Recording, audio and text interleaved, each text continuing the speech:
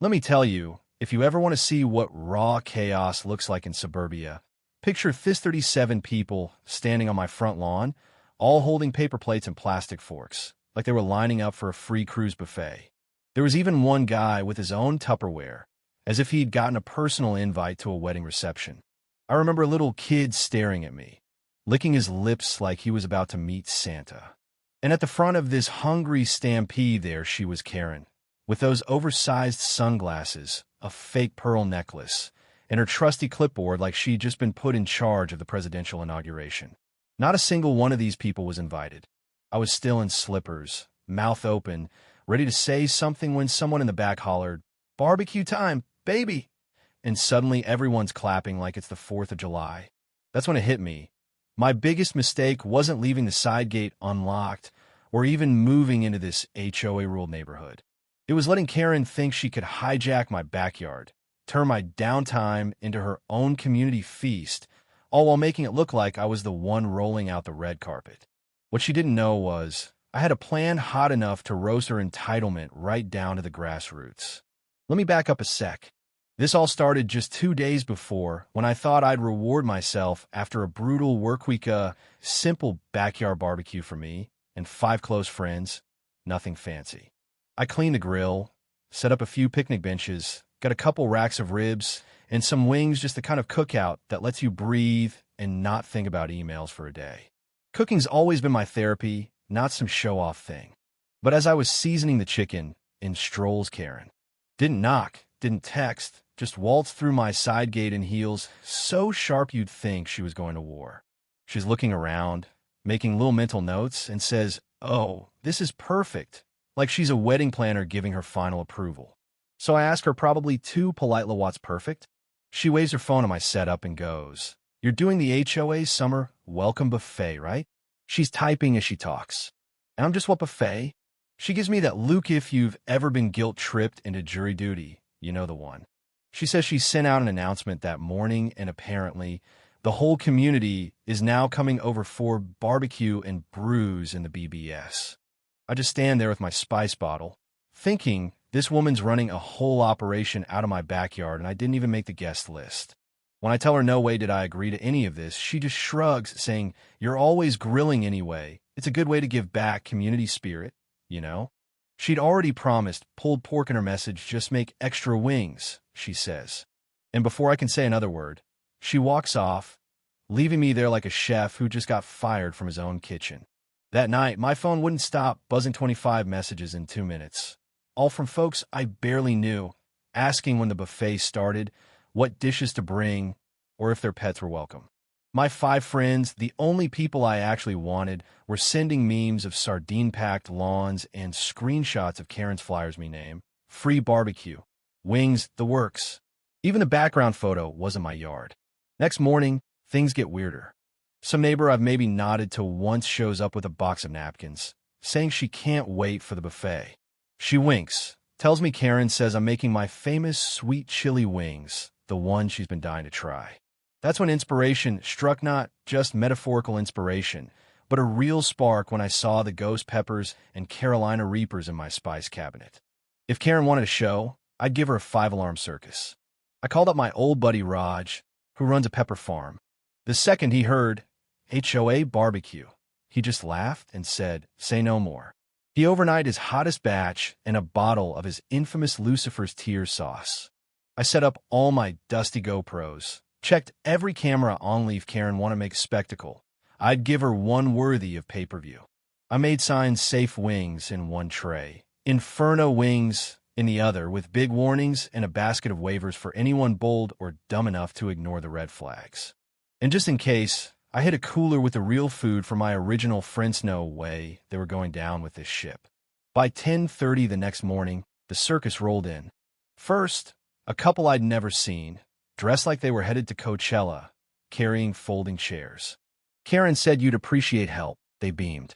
"Sure, come on in, park 'em by the fire pit, why not?" Pretty soon, there's a block party happening in my backyard, Bluetooth speakers, kids launching beach balls, some guy asking about karaoke. And then, right on cue, Karen arrives, giant sun hat, clipboard, Bluetooth headset, barking out orders like she's running the Oscars. "Jay, Darling, I'll need your garden hose by the swing set in case someone gets sticky fingers. I barely answer.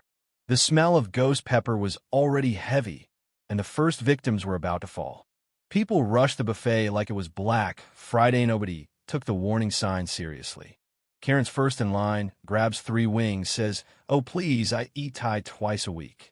She bites and suddenly the world goes quiet. Her face freezes, eyes wide, and then she's fanning herself with her clipboard, headset sliding off, sweat breaking out. One guy runs for the garden hose. Another woman's coughing into the salsa. A kid throws his plate into the bushes screaming, "It's fire chicken," and a grown man is literally running laps around the picnic table. Karen tries to play it cool, but she's melting. She cracks open a soda, only makes it worse. "What did you put in these?" she rasps, pointing at me with shaking hands. "Ghost pepper wings. Corinne, you read the sign?" I offer her a waiver slip, which she rips in half. People are fanning themselves, begging for milk, and there's a full-on stampede when someone brings out almond milk. That's when my buddy Tyler finally shows up, takes one look, and says, "What in the hot sauce hell did I miss?" I hand him the mild wings from the hidden stash. He laughs so hard I thought he'd choke. "Remind me never to cross you, man." I just smile. That's the plan. Past the ranch. By sundown, my yard looked like a food fight and a sound of people stumbling out, muttering about lawsuits and tongue damage. Karen was last to leave, shoes sticking in the grass, face streaked with mascara, swearing under her breath. I winked at the camera and whispered, "Coming soon to your screen, Karen's spicy nightmare." Later that night, I edited the footage and add music, didn't need to. Just strung together the raw moments. Karen's face changing colors, people sprinting for the hose, waivers fluttering. I titled it The Ghost Wing Incident and posted it to my food blog. Didn't expect it to blow up, but the next morning it had 50 views, then 4,000, then 25,000 by dinner. Comments came pouring in. Some folks thought it was hilarious. Others debated if ghost pepper wings counted as chemical warfare. Hot sauce companies were emailing me, asking to sponsor my next event. Of course, the neighborhood was split. Some thought Karen got what she deserved. Others thought I went too far. HOA President Arnold called me, sounding like he just watched his dog try to eat a bee. He said, "Not saying I approve, but I watched it 3 times." Karen, meanwhile, filed a formal complaint, demanded a public apology, removal of the video, compensation for her melted sunglasses, and chemical bonding of lipstick. I replied with a screenshot of the waiver pile. "Please refer to Exhibit A." Instead of backing down, I posted a behind-the-scenes follow-up. Labels, waivers, GoPros just in case. The neighborhood forums blew up. People made memes, did dramatic readings of Karen's complaint letter. She stopped posting for the first time ever. Ran into her at the grocery store, scarf, sunglasses, moving like a celebrity, dodging TMZ. Some neighbors laughed about it and brought me cookies shaped like flames. Others grumbled. One even suggested I should have labeled the spicy batch more clearly. I just nodded, already thinking about my next recipe. A couple days later, a trophy showed up at my door. 2025 cul-de-sac Iron Chef of Spice. Sticky note read, "Sorry about Karen. Keep cooking." That's when I knew the neighborhood might not admit it out loud, but deep down, most of them respected what I'd done. But Karen wasn't done. The HOA board called an emergency hearing for my aggressive culinary retaliation. The meeting was peak drama. Karen brought a cousin in a cheap suit to play her lawyer. She complained about nightmares, digestive damage, you name it. I brought printouts of waiver photos, tray labels, and explained calmly that she planned the event, not me, and I'd labeled everything. The board sided with me, no violation, but they'd be reviewing how events get approved moving forward. Karen stormed out, defeated. Then came the apology brunch. Karen sent out invites, hoping to reclaim her image, maybe spin a new narrative. But I got wind she was going to play a cut video, casting herself as the victim. So I showed up early, set up a projector, and played the full, unedited footage, Karen's meltdown and all. People laughed, applauded, and Karen left without a word. That night, someone slid a note under my door. "She won't be back." The next morning, I found a short note taped to my door, blue ink, Karen's shaky handwriting. Sorry about everything. You were right.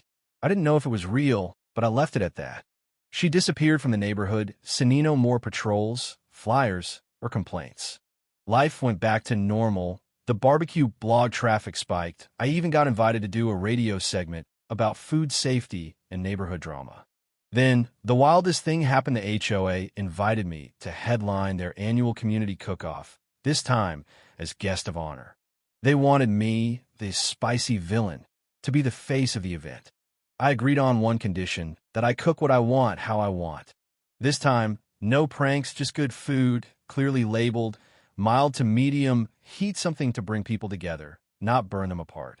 Even Karen showed up, no clipboard, no hat, just jeans and a tired look. She waited her turn, asked for a plate, ate quietly at a table like anyone else. Later, the board gave me a plaque, Community Builder Award, in recognition of resilience, humor, and unmatched grilling. I thanked everyone, reminded them to respect boundaries, got a few laughs, and let the day wind down as the sun dipped low. Karen came by at the end, looked at the plaque, and said, "It didn't have to be that nice. I could have made it worse." I just nodded. "You did. But it's over now." She nodded back and walked away. That night, sitting on the porch with my dog Max, everything was calm again. I updated my blog's subtitle from Recipes for One to Recipes for Everyone, unless Karen's organizing it. For the first time in weeks, I slept easy. The fire was out, but the flavor? That'll last forever. So, tell me, where's the line between justice and revenge when it comes to community drama? Did I go too far? Or did Karen get exactly what she deserved? Drop your thoughts below. I want to hear your take, because in this neighborhood, the next chapter is always one potluck away.